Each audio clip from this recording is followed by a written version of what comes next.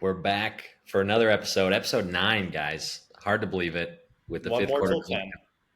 Yeah, one more till double digits. I wonder what the over under was for how many episodes we'd go before stopping. I don't know if anybody thought we'd make it this long. And after seeing all the technical difficulties we went through before launching the recording, who knows if we'll make it to 10. It was quite interesting. We had to call IT. CrowdStrike basically damaged our entire system. It seemed like it was Riverside and the airlines that were all down. So no, but good to see you guys. How's everybody doing so far? How's everybody's weekend? Pretty good. We're in the process of buying a house, so it's just been stressful, but we're hanging in there. Don't break. So I broke today. We had Google Chrome issues trying to get on. I was frustrated. But other than that, it's a good week so far. Weekend was good. Played a lot of video games, which I have not said in a long, long time. But other than that, it's been a great week. Yeah, NCAA football was demoralizing playing on Heisman. Just to get UMass whooping my ass 10-7 and basically playing Johnny Manziel of 2024 was not what I expected. Okay. And yeah, that's how my weekend went. I lost in the AAC championship to the Memphis Tigers, I believe it is. So Luke's basically second fan base because he's a Grizzlies fan. Yeah, I got stomped by him. I was up and the Heisman mode came back and took it right back to me. So yeah, that's how my weekend was. Yeah, it seems like a common theme amongst us all is, again, the most highly anticipated video game in a decade launches. Everyone's full of excitement, only then to have a weekend filled with despair, heartbreak, and frustration with how hard the game is. And I don't think anybody anticipated it being turned up this amount of levels in terms of difficulty and just some of the different gameplay. But I think I'm on my third dynasty already, just trying to figure out the right starting point. Cause we could really almost have our own therapy group about this. I think other guys across the country would also appreciate it. And it's not like it got off to a hot start either with Xbox Live. And I think Microsoft, the store was down the night of, everybody was trying to download the opening night. So it didn't start off smooth. And I feel like that just kind of carried into the rest of the weekend. I don't know about you guys. Completely agree. It was one of the guys at work basically said he's done playing until the first patch because defense, in my opinion, is almost impossible to play. I don't know about you guys. If you just play offense is already hard. But defense, it's you actually have to click the right tackle buttons. If you dive tackle and he's good, you're basically getting Derrick Henry stiff armed. It's just not happening at all. But overall, it's been fun. I'm throwing fucking 6 picks a game. Everything's been a struggle. But we're 5-5. Throwing 6 picks a game. So defense has really held up for me. We should go into everybody's team. Who do you guys have? Say that again. I can go first if you guys want me to. Started off offensive coordinator at the Georgia State in Atlanta, playing at the old Turner Field. In the Sun Belt East, offensive coordinator Coleman Young and his multiple offense. Tried out a bunch of different systems from the air raid to the Ole Miss spread to the run and shoot. None of them have worked out for me. So I've changed to the multiple offense so I can get a nice mix of everything. We're 5-5 in the first season. We've already signed a 4-star. So we've done a lot of good work on the recruiting trail. Started off the season 2-3, have losses to Vanderbilt, Georgia Tech. Georgia Tech was a little bit of a blowout, but that's okay. And then we hit a hot streak, won a couple games, got in bowl contention. But let me tell you, the past 2 games against Arkansas State and James Madison, it's like my team has never fucking seen a football play before. I don't know what's gotten into them. Maybe it's the end of the season. We had our bye week in week 2 and week 4. So we have the rest of the season with no byes. And maybe that does make a difference because my team's booty cheeks right now. It is we can't even complete a pass. So we have on the road at Texas State remaining, who's the best team in the Sun Belt right now. And then on the road at Coastal Carolina to finish out this. I think maybe Coastal Carolina at home to finish out the season. So we need to win one of those for bowl eligibility. But outside of that, my quarterback, not a scrambler, pocket passer. We have no running quarterbacks on the team. It's a bit of an issue, and he's Canadian. He's from. Damn. So yeah, that's what we're rolling with right now. I don't know about you guys. Yeah, I'll just say, like I said, on my third dynasty, just frustration across the board. Again, 10 picks a game, defense. Shouldn't even put 11 guys out there. Playing against air, they'd probably do better. And I then switched to Old Dominion, which had a better offense, better quarterback, better uniforms, powder blue. Can't hate that. But super, super fun across the board. The recruiting is very in-depth. The gameplay is awesome. I think like the revamped passing is super hard. And then you will hear that from everybody because you're having to drop it into these true pockets, which I kind of like. I don't know do you like that too, Bo, kind of having to drop it in there like that? Or I know some people turn it off and don't really pay attention to that at all. I think it's the most realistic game. Go ahead, Coleman. I was going to say, I think it's the most realistic game. So I do like that aspect, but I didn't mean to steal the thunder from you, Bo. Sorry. Right. I just want to tell a story about my first dynasty before I started my second one. So got through the first season of my first dynasty, somehow went from a 1.5-star Temple Owls out east to a 1-star because the recruiting trail was so terrible. So we went down. Don't know how that happened. And didn't realize, just in case you guys didn't know, in our game, the rivalry game is Penn State. So if you haven't played this game yet, I get there, it's game 2, Mo Bamba starts playing, and there's like a stadium effect where the line starts shaking. And in the old game, you can still kind of figure out where you're going, like if you're running slants. This game, they start showing like run plays when it's pass plays, vice versa. If you try to audible, it doesn't audible.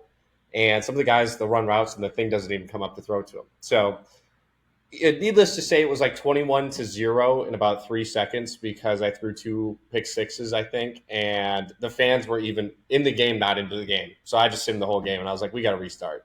We got to restart this whole thing. And yeah, the only good adjustment I made, which is weird, Coleman, you mentioned this, was I switched to Ole Miss's offense, and that's actually clicked very well for me. No, I don't have the athletes. We don't have the speed of receiver. We can't run a fast-paced offense. No huddle, a lot of RPO.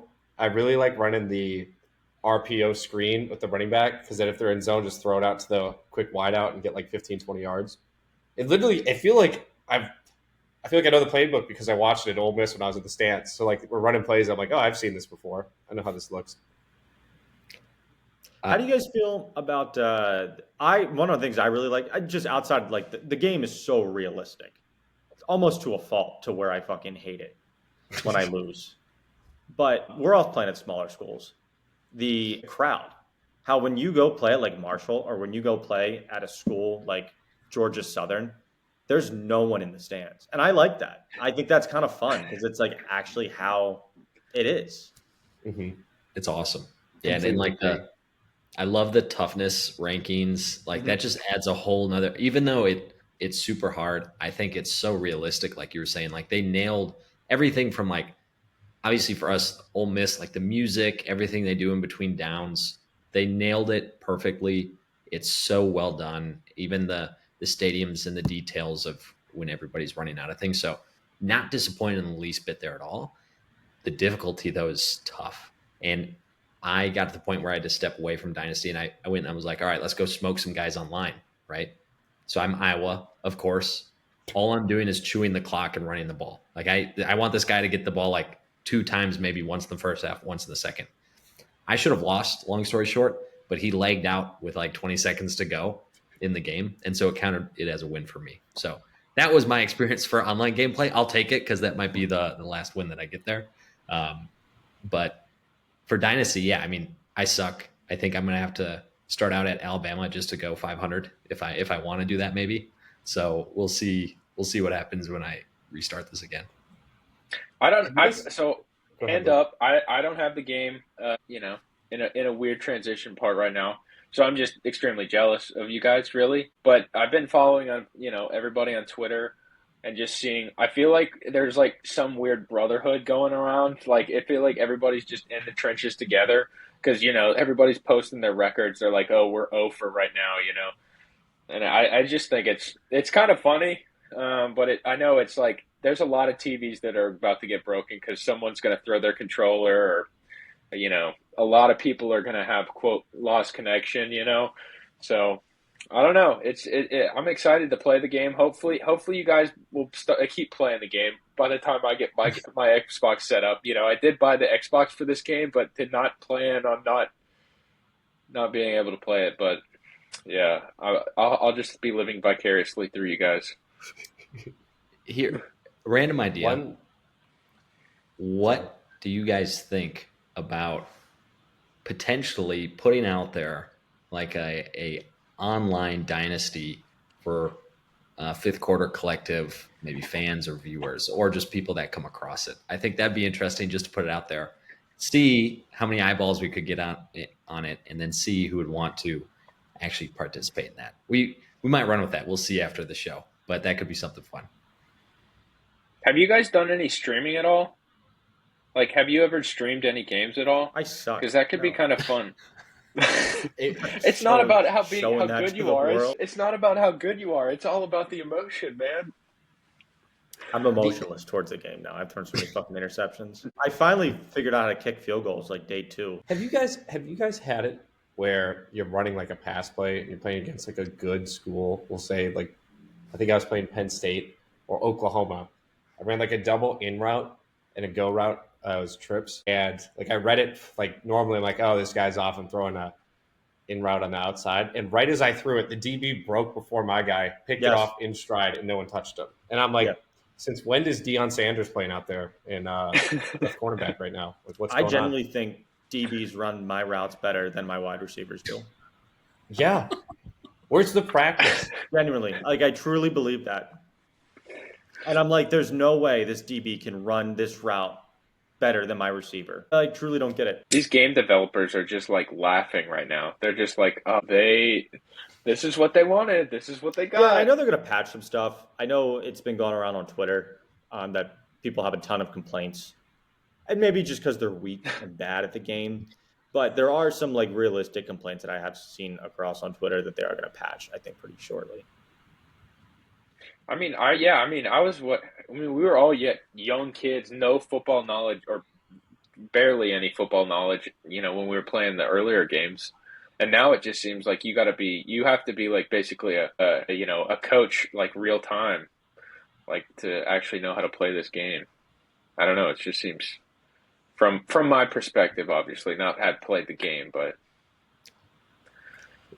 Heisman's so overpowered too. That's why I like playing online against some other people. It brings it back down to reality. I'm like, okay, I'm not having to play against like this insane juggernaut.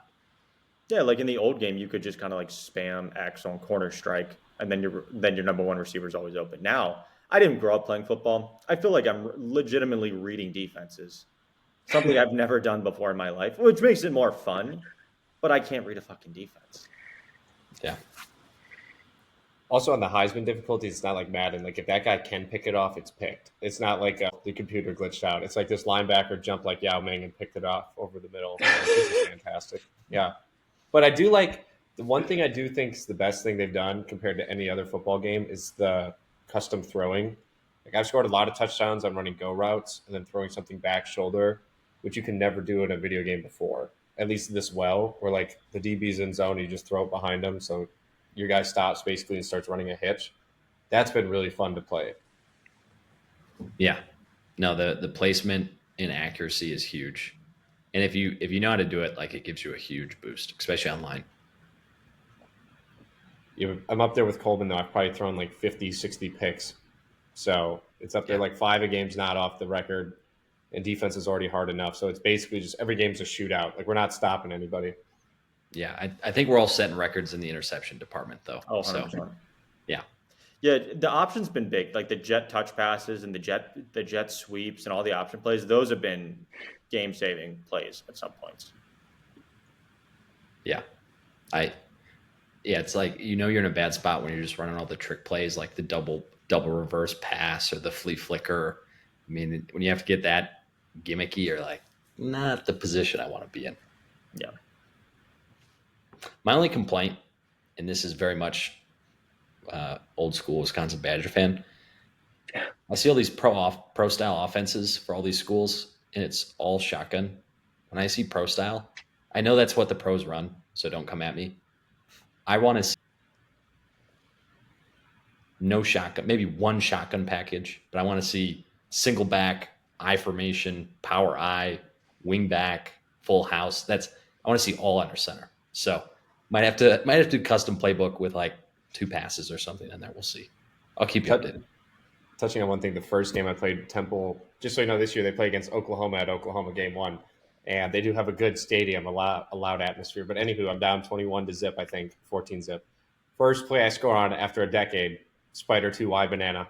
Yep, infamous Spider 2Y banana. Threw it to the flat guy, caught it in the corner, touchdown. Was so excited, and then proceeded to get stomped on and sim the rest of the game. But that's not the point. Luke, you're probably feeling the best out of all of us coming off the weekend. You were I got other problems, but yeah, I think it's probably a good thing that I don't have this game because when I was playing, name a game, Call of Duty or whatever, when growing up, man, it was bad. The anger issues for sure. So it's probably good for my mental health and everybody around me, honestly. I'd get kicked out of Xbox Live parties because I was like, it was bad. Hey, it just means more, right? It does. I mean, imagine when we were playing 2K, like that. Oh. That with like pre-puberty, like yeah. I just for background, everyone in college, we had like a 2K season that we did as us roommates, and Luke, when he would play. I mean, you want to talk about the death grip of all death grips on the controller. You could hear it breaking and squeaking with each and every action that he was doing. And as the game got closer and closer, I mean, I thought at one point he was just going to crush the damn controller. I've never seen anything like it. It was something. Yeah, else. I handicapped myself playing with the I was sent to playing with the broken controller. You're good, but yeah, and again, I know I touched on it last week, but I think I was looking at the numbers. I think they said it was 2 million people paid $30 extra to get the game 3 days early. That's crazy. That's pretty phenomenal when you think about it. Yeah, and I mean all these games that are coming out. I know we talked about it last week, but like, man, when GTA comes out, man, I'll be there. I'll be playing that too. Like, yeah, that is up there. Here's a question for everybody: What is bigger in terms of anticipation? Is it GTA or is it college football? Honestly, I don't know. I mean, GTA kind of like transcends like a lot of people, or like it kind of brings a lot more group of people. Like sports, yes, it's massive, but like you get the people like, I don't really care for sports, but you can get those people. You get the people that don't like sports, and you like the people that like sports. So I don't know, but this game has been, or NCAA, for example, hasn't been out for what, a little over a decade. So right. I don't know. Like the anticipation might be higher for Grand Theft Auto just because it's such a wider umbrella and base, but the fan base for NCAA football is much more loyal because there's still people before this game out that will turn on NCAA 14 and play it with your friends. I haven't touched GTA 5 in like 8 years or so, so I think the fan base is way more loyal and invested in this one than Grand Theft Auto. I was never a big gamer, so I was pretty jacked up for this one.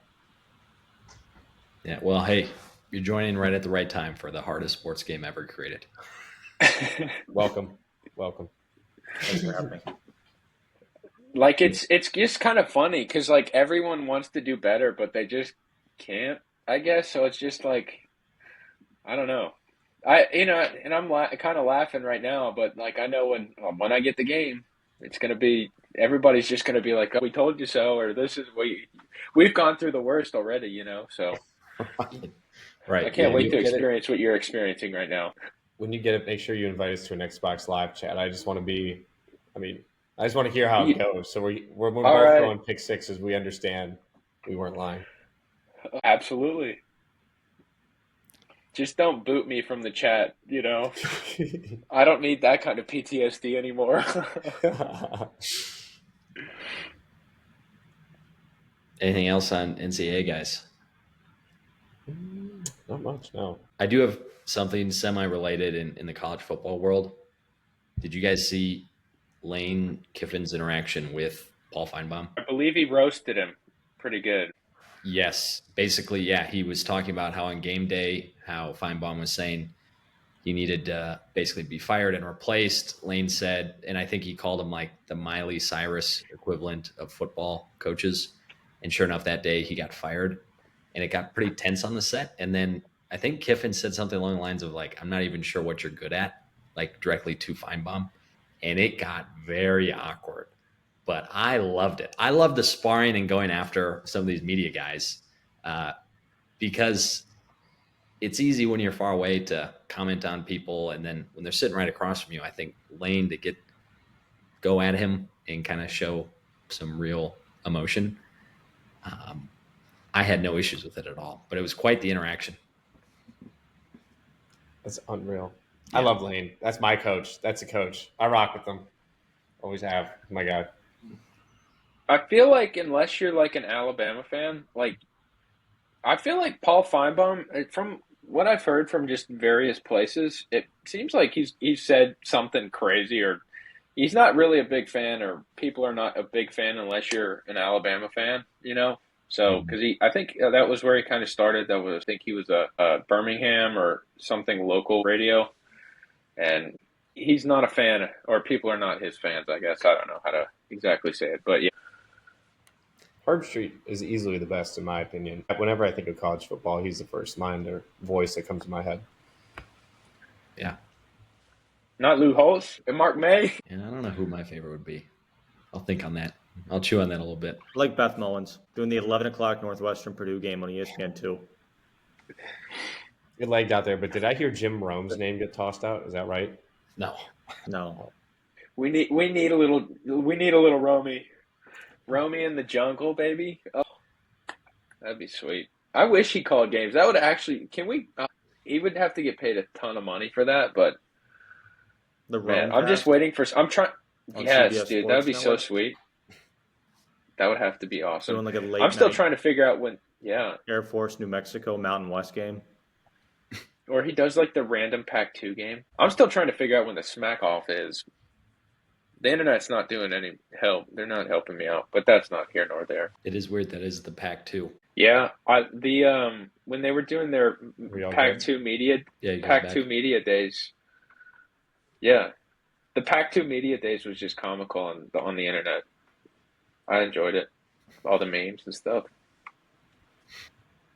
Wait, Coleman, did we talk about your time at media days already, or no?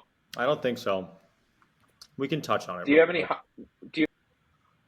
So, for those of you who don't know, I attended SEC Media Days on behalf of Fifth Quarter Collective last week up in Dallas. Don't know how we got credentials, but we did. And it was my first ever SEC Media Days, and it was the most unreal experience, at least unreal football experience that I've ever had in my entire life. You're brushing shoulders with the game's and the sport's biggest media personalities, everyone from Saban to Finebaum to Josh Pate, to all your just local Southern ESPN radio affiliates. Anybody who loves college football or like talks about college football from a national standpoint or SEC standpoint was at Media Days. I was there for Texas, Bama, Mississippi State, and Florida. And high, low, in Buffalo, I would say definitely the high is just getting a chance to interview and talk to these players, talk to these coaches. Spoke with a member of Alabama secondary, a couple of the Texas offensive linemen and secondary, and had a chance to speak with Quinn Ewers, which was kick-ass. So just doing that was actually awesome. Buffalo, I would say, is Billy Napier. All of the coaches there came out firing. They're jacked up. DeBoer's first year, Sark's first year in the SEC, Levy's first year in Starkville, and then you have Billy Napier who fucking comes out like he's depressed. Just sad, unenthusiastic, no energy, as Trump would say, low energy Jeb. And you could just tell. And I was shocked. A lot of people, they by far had the least amount of press at their media, at their for their players and for him. which I was kind of shocked to hear about or to at least see. I had a chance to see Graham Mertz, former Wisconsin Badger, answer questions about why they have the toughest schedule in the league. So that stuff was cool to see. Low, I would say, they only had one men's restroom on the floor. So I had to go down to a different floor, which was so odd because not saying that the sports media in the SEC is majority male, but it is. The fact that they only really had one male restroom. What are we doing? I had to use a different floor. I mean, not the end of the world. I had to go down an escalator, but that was my only low. But it was a really, really cool experience. Kind of sounds like the Eras Tour, but for me. Interesting thing you said about Florida. Their over/under, I believe, is 3.5 or 4 wins. It's 4.5, I think. 4.5. And I know people have taken the under because I think they have the hardest schedule in the country. They do. Yeah, they do. And Graham Mertz can't throw a football, in my opinion. So it's going to be hard for them to win in the SEC. And partially, yes, they do have that 4.5 win total, but I do respect Florida for scheduling like they do. Their 3 non-conference games are all in state. They play UCF, they play Miami, and they play Florida State. Yes, that is a tough schedule that you have 3 Power 5 teams in your non-conference, and I don't know of any other team who does that, who doesn't schedule a cup. And they may have a cupcake. I don't have their schedule pulled up, but the fact that they have that scheduled, 3 in-state Power 5 teams, is a testament to how good that program is. Oh, they have Stanford, so I'm sorry. But the fact that they'll have those 3 games is actually awesome for the program, awesome for the sport of college football, that they have the balls to go out and schedule that year in, year out. So, yeah, he might get fired, but he plays a kick-ass schedule. Yeah, respect. Not like he just wants cupcake row. So yeah, respect it. Yeah. Who do you think, if so, in the event that he gets fired, hopefully he doesn't, but in the event that he does actually get fired, who do you think is his replacement? Because I know mine. I know, and it's not good. I know this is an Ole Miss podcast. I'm going to say Lane Kiffin. Yeah, it's not. Yeah, it's not. Really? That was my guess. Yeah. You guys think he'd take Florida? I do. You think Kiffin would? Yeah. Is that what you said? Yeah. Talk to me more about why. Because he's a Florida man. He's already got a place there, right? It's a big enough brand, you know. He loves big brands and big money. Yeah. I don't know. I think because they're not, I feel like the boosters and all the NIL funds have probably given up on all Billy Napier, you know, so they're not contributing that much. But, man, they might open up their war chest if, you know, Lane, I don't know. Maybe Ole Miss will decide to fork over another gazillion dollars or whatever it is, or figure out maybe they strike legitimate oil, and then we're oil school, you know.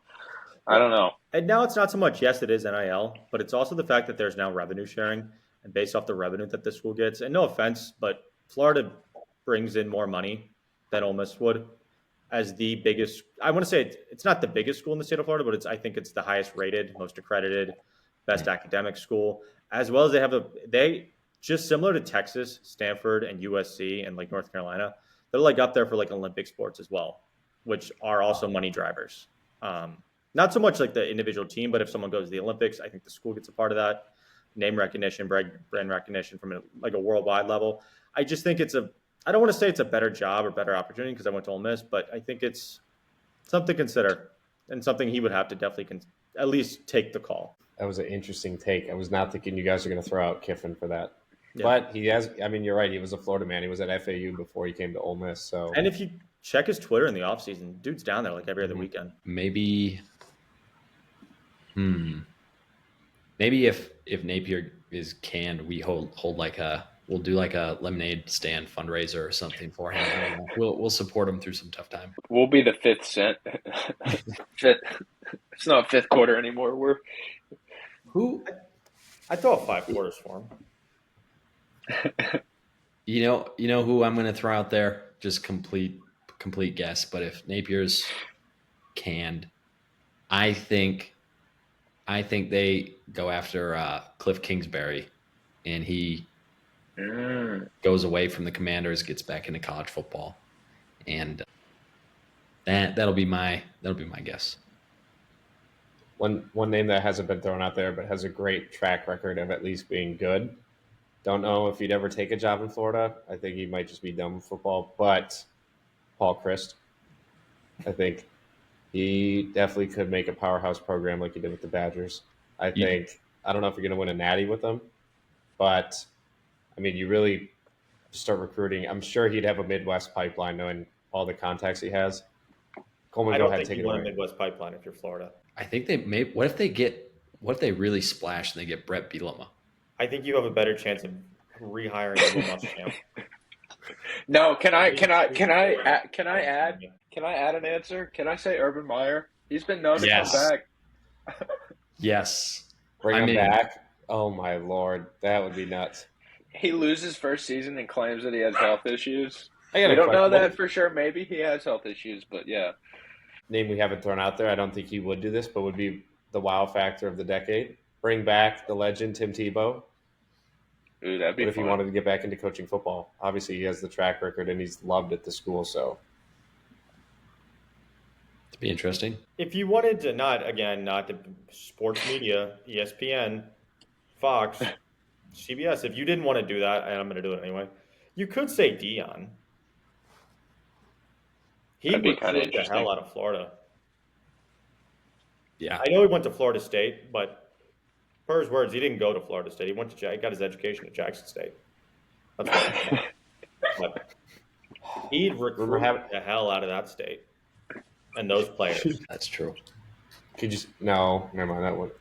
I was going to throw just the hot take out there, even though it's probably not happening. What about Dion to Florida? Just a big name, just to draw in a lot of money and attention. But I don't think that's going to happen. I think he's set at Colorado. Or retire. Or go to the NFL. Just go back to the NFL. Yeah. Just follow his kid. No kidding. Yeah, these next few weeks we should probably do some NFL and college football previews too. We'll figure out what maybe we do like conference breakdowns or divisions. That's a little bit of a teaser though. We'll kind of align on that and figure out how we want to present those. But we're almost, how many weekends away are we from football? Is it like 6 more? Yeah, 5 or 6. 7? 6 weeks? About a month out. Month, 5 weeks, 6 weeks. Dude, I'm pumped. I started looking at over-under lines today for college football teams. Ole Miss is at 9.5. Thinking about hammering that over. I think I got us winning 10 or 11. I think it would be a failure if we didn't win 10 games. Hopefully. We can only hope. I'll have to go to Tunica. I do. I think it'd be a failure for the Ole Miss program if we did not win 10 games or make the playoffs.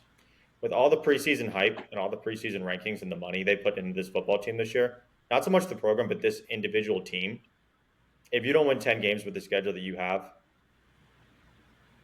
I agree with that. You look inward. Lane's gone. I mean, hell, you have a shot. You have a legitimate shot to make the SEC championship. Not Lane's gone as in we're not firing, as in we're firing him because that's not going to happen. But he'd go to Florida. This is legitimately our best shot at Ole Miss, I think, to win a natty. So this is going to be the year if we're going to do it. I think we'll make the playoffs given that it's 12 teams now. And I mean, I think we finish either second or third in the SEC. I don't see us beating Georgia outright. But I believe it's Georgia at home. So, I mean, if there is a year to do it, this would be the year to beat them at home. And I see us finishing pretty high. But 2 question mark games I have would be South Carolina and Mississippi State. And then also we play Oklahoma at home. But completely honest with you, I'm not that worried about Oklahoma. I think South Carolina and Mississippi State are going to be the 2 games that look like – because the Egg Bowl is always that's always a different level of competition because it's a rivalry game and there's so much history behind it. So players play all out at the whole game during that game. Obviously. I feel like if they – well, go ahead. No, go ahead, Luke. No, well, I was just going to say, like, you almost want to, like, win enough and not go to the championship game just so that doesn't have to, like, if for whatever reason, the way things play out for these playoff numbers, like, even you may win a certain amount of games to get in, but if you go to the championship game and lose, like, I don't know, it might hurt you. So you might as well just kind of I don't know. Two things I have to say. One, I think yes, Georgia is going to be the game, but I think the game to watch is going to be. I like South Carolina. It's always a tough place to play. I don't think they're expected to be very good, but it's always a tough place to play, especially with the game potentially being at night. On the road in LSU, the preseason media loves LSU behind Garrett Nussmeier and that offense, and then the defense has to be better than last year. Not so much new players, but I know they brought in a whole new defensive staff. So I think that's always a tough place to play is on the road at Baton Rouge. So I think that's going to be, outside of Georgia, I think going to be the toughest road game. In regards to the conference championship, that kind of opens the question, and I think all of the questions are surrounding conference championships of like, oh, if you go there and you lose, is it going to hurt you? I think it won't hurt you, and I think the committee's really going to look at that of like, hey, you're rewarded to play in this game. You're going to get money your school's going to get money. Your fan base is going to be all jacked up that you made it. I don't think we've ever won the West. It'll be the first, or I don't think we've made an SEC championship in forever. Not that there's no East and West, but I think this is the first time Ole Miss is going to be in the SEC championship in a long, long time, maybe if not ever. So that's only good for the fan base. Now, what you would want is, yes, naturally you want to win the SEC. But if you're the second best team in the SEC and there's not a second undefeated team in the Big Ten, chances are you're going to get that 5 seed, which probably outside of getting a bye, maybe even bigger than getting a bye, is getting that 5 seed, because you'd likely get the group of 5 champion when you play the 5-12. You get a home playoff game with that. So the money, the revenue, all the sponsorships, and just the town of Oxford would make exorbitant amount of money. You'd get that home game and you play, whether it's Liberty, Boise State, whoever. And then if you win that game, you'd play the 4th best team of all the conference champions. So you get either the ACC champion or you get the Big 12 champion. More than likely, you get the Big 12 champion, whether it's Utah, Oklahoma State, Kansas State. Is that not the best road to go to the semifinal? You get a group of 5 team and then a Big 12 potential 2 or 3 loss Big 12 champion. Yeah, you play that extra game, but you get that home playoff game, and you by far have the easiest road to a championship or to at least a semifinal. I get goosebumps just having you talk about this. Get how excited I'd be watching this. That was a fantastic breakdown. I didn't even think about what the best path could be, but with how you laid that out. Because if you finish 1, naturally you win the SEC or Big Ten, you're finishing 1 and 2. If you finish 1, you get 8-9. If you finish 2, you get 7-10, I believe. Those are going to be good football, like really good football teams.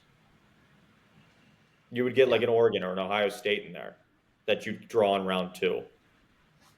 Gosh. Which, yeah, would be an exciting game. Is that really what you want in round 2 of the college football playoff? No. If you want to win, no. For personal reasons, yeah. Me, yes. But man, yeah, I'm just excited. I know this is we'll have a preview of this probably later, I would assume. Yeah. Or get a rematch with Georgia or play Texas, for Christ's sake. Yeah. If we go to the national championship, we will have a 5th quarter collective live stream at wherever they're doing it. We'll be sure to set up shop. But no, that we might have to do a live a 5th quarter after dark. Yeah, exactly. In the Grove, you'll see us in the Grove, right? Yeah, I mean, this is probably going to be the best shot. It could be the best shot they have at a national championship in our lifetime, if we're being realistic. Super highs means there's potential super low, but we're not trying to think about that, honestly. No, man, I feel like we got I was looking at the depth chart today. I think we got a lot of depth that I didn't realize we do, especially at running back. With Bentley, we have Parrish, who's back. He used to be at Ole Miss. He went to Miami. Now he's back. And then we got the transfer from LSU, I believe. I mean, we have like 3 legitimately good running backs that all can play. And I know the whole thing about the offseason was Judkins leaving, but I don't think we're really going to be missing a step if we have like 3 true studs, like actual studs who can all play. That's going to come very in handy once we get into the playoffs. And when somebody's banged up and we still have 2 other guys who are ready to go. I think the name of the game, if we fast forward to that Georgia matchup or even LSU, I think we will go as far as the defensive line will let us. And by that I mean, you look at last year, how embarrassing that game was, how undersized we were. They were getting gashed. I mean, it was like 6-7 yards before any type of contact. And we really revamped, crushed the transfer portal. So I think like D-line and the defense just should look physically different if those hold up and we can actually have some run stuffers and really rush the passer. Man, I think it's going to be a good year. So yeah, folks, best investment you can make next year. Just put the house on Ole Miss national championship. Over 9. Not financial advice. Disclaimer. Yeah, 9.5 looks pretty good right now. Over 9.5. It's going to look even better after we get to 10. Best bet. Yep. Yeah, I'm excited to get into some football. We'll have some more segments coming up. That'll be fun. I think the only other 2 things we kind of had, guys, is we have Summer League going on and Olympic basketball, USA basketball going on. So, yeah, Summer League, I kind of want to touch on, not to beat a dead horse here, but notable stats coming out of Summer League. That's not Bronny James. We don't need to talk about him anymore. We already did. Is our guy, Alex Sarr, number 2 pick in the draft. Gentlemen, do you know what he did in the last game? You know, he shot from the field. He's a 7-footer from France, number 2 pick in the draft. I just take a guess.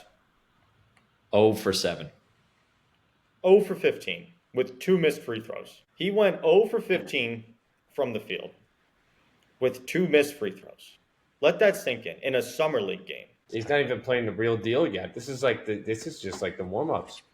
Yeah, and in the game before that, in 27 minutes, he went 1 for 6, 11 rebounds, 4 assists, and 5 fouls. So he's 1 for 21 in his last 2 games.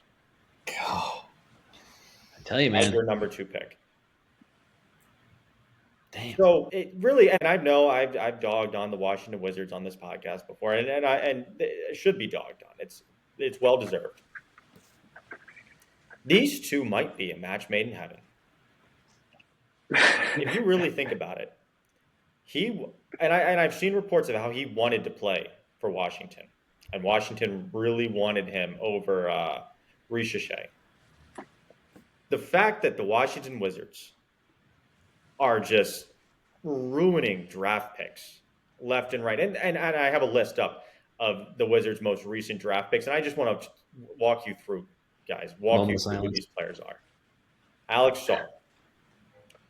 Jarace Walker from Houston, who they traded to Indiana. Tristan Vukovic. Don't know who he is. 2nd-round pick. Don't know anything about him. Trace Jackson Davis, who they took, but then traded to Golden State, who actually turned out to be a good player. Johnny Davis. Yannick Nzola. Corey Kispert, fine. Couple minutes here and there. Denny Avdia, they just traded. Rui Hachimura served his time, but didn't last very long. Troy Brown Jr., bum. Yusuf Saran, bum.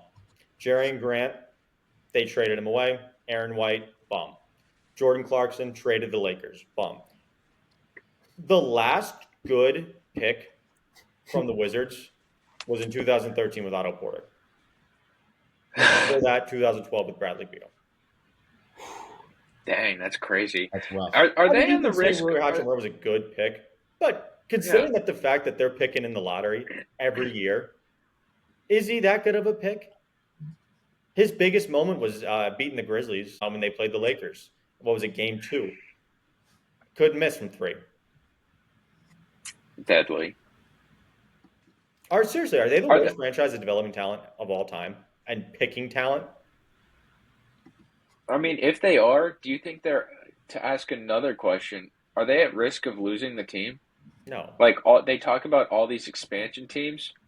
It's like, hey, I mean, I know Washington is, a big market. I don't know how much the fans are, how many people draw. I know they have just all the DMV and whatnot. I don't know. Yeah, I can't think of anybody else who's been worse with developing talent, really.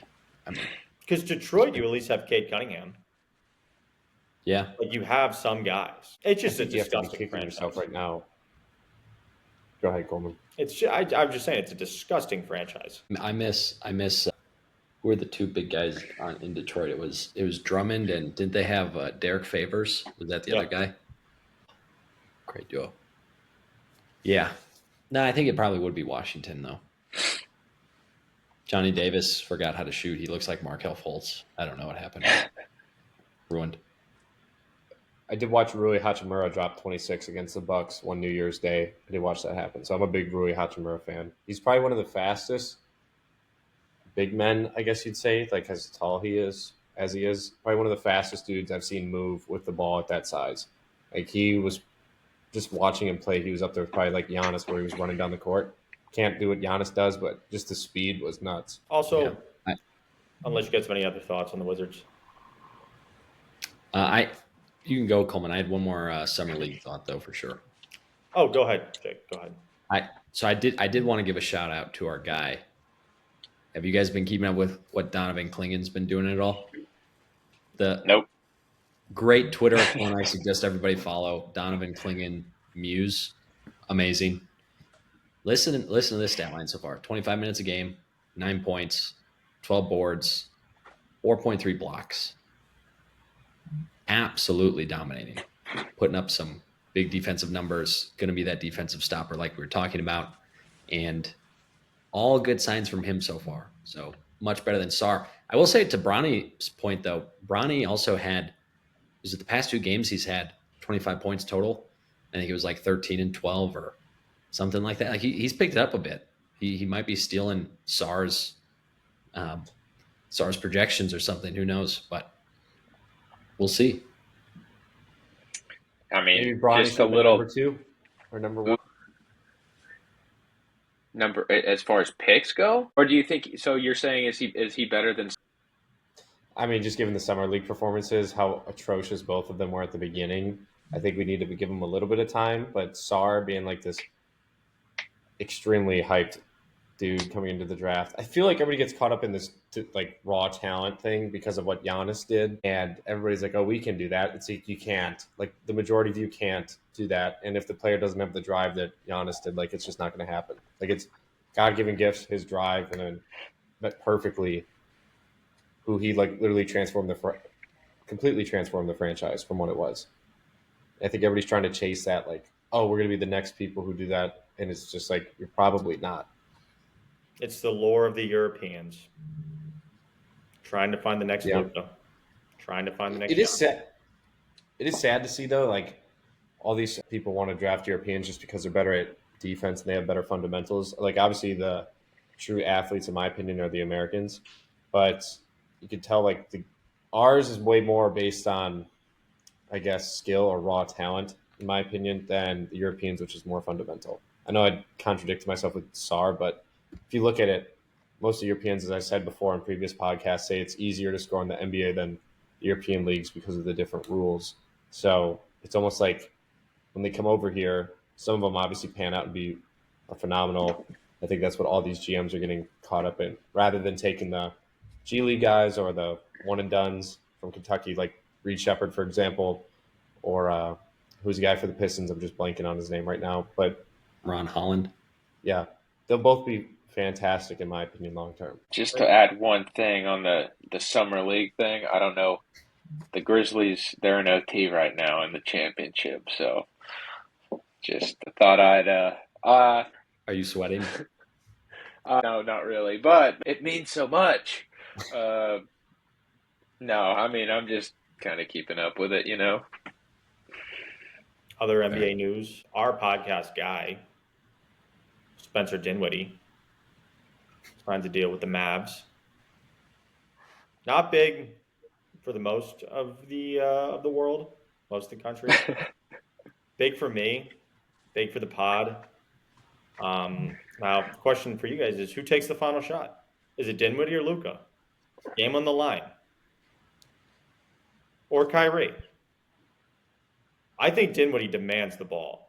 I just don't think I don't think people understand. Sorry, Jake, but no, go ahead, Luke. Go ahead. So I know at least for me and Coleman, when we were living together, we would watch the NBA nightly, to say the least. Sickos. And yeah, we're absolute sickos. We spent way too much time. And we would always have these like hate watching either players or teams. Mine was THT. Loved to watch THT. Talon Late Horton night Tucker. jazz games with Talon Horton Tucker. Couldn't beat him. But yeah, so now Spencer Dinwiddie was that guy, and we're bringing this up because he loves to shoot. We'll just say that he loves to shoot the ball. The post KD, Harden, Kyrie Nets, that was must watch in our household. Dinwiddie, Mikal Bridges, Cam Johnson, Dorian Finney-Smith, a team of wings, and Jared Allen. But I think he was hurt. But it was a team of wings and Dinwiddie. It was, oh my God, it was electric to watch night in, night out, and how he would just take shots from everybody, pulling up like he's Curry. He was clip that. Don't clip this. What's his name from the Wizards? Who do I hate? Jordan Poole. I hate Jordan Poole. Oh. Okay, now restart. He was Jordan Poole before Jordan Poole. He was disgusting to watch. He might be the next. I mean, him and Jordan Poole may compete for most shot attempts this year if Dinwiddie can play the minutes Jordan Poole would. Should bettors be fading Luka's point totals since Dinwiddie's 100%. Kyrie's point total is going under. Clay's going under. Luka's going under. Dinwiddie's shot attempts up. Actually, clip that so we can replay it in like a year. Dinwiddie shot attempt overs is lock every night, whatever it is. Lock it in. Yep, just like 80 points under. It's the ultimate bet. Harden points under. Hey, can I just say, the first time I had ever heard of a hate parlay, I think it was from you, Coleman. I love that. That changed how I viewed. The ultimate hate parlay. Love it. Love it. It's like a game within the game. It is. So your ultimate hate parlay, it's AD under points and then Dinwiddie over shots. Shot attempts. Yeah. Who else was on that? Harden under always.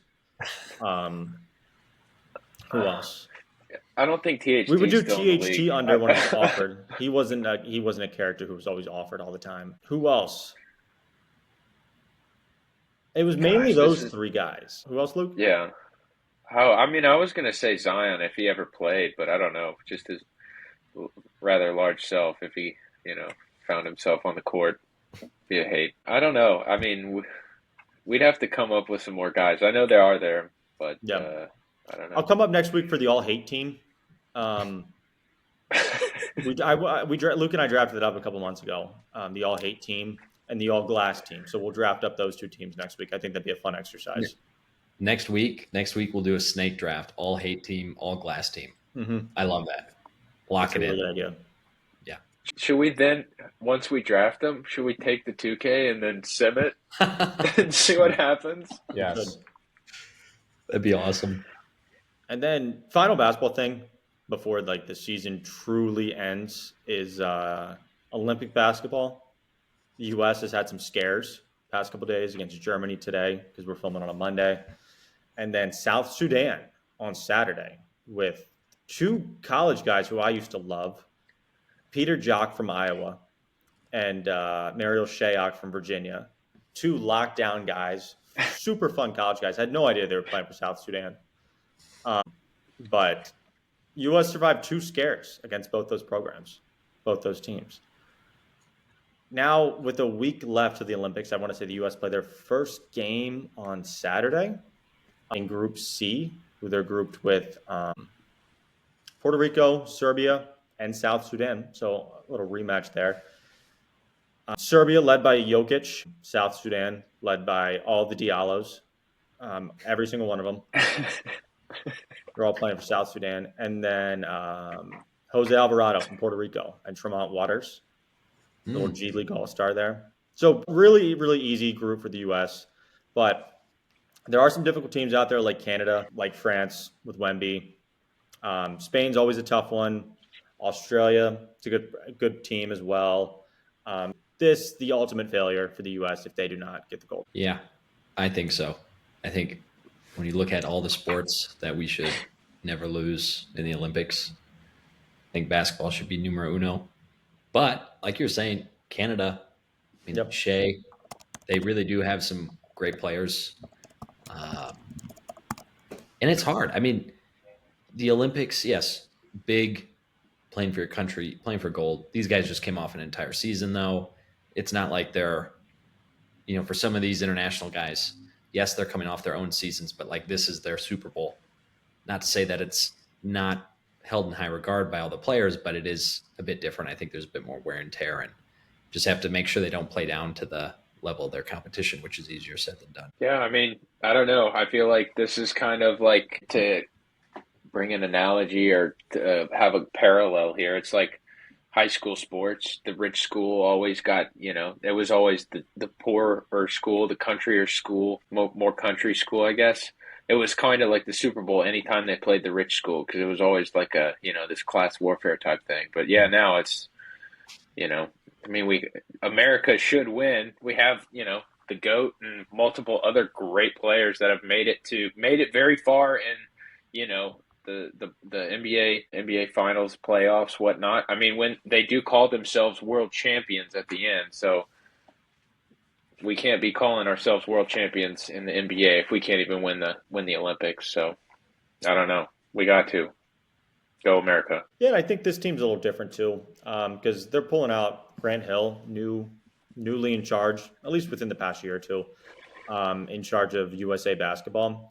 Pulled out all the stops for this. You have guys like Bron, Curry, Durant when he's playing. Oh, they even recruited Embiid to this team. Got guys like AD, Ultimate Hate Watch, Booker. So you get Tatum, Drew Holiday. I mean, you have the guys to do it, but it's just mentally, can they go out and, yes, they'll beat Puerto Rico by 60. In true play, I think they'll go out and beat South Sudan by 30 or 40. But when you do get to those closer games in the semifinals, quarterfinals, and final, like, can you play with these European guys at playing those European rules?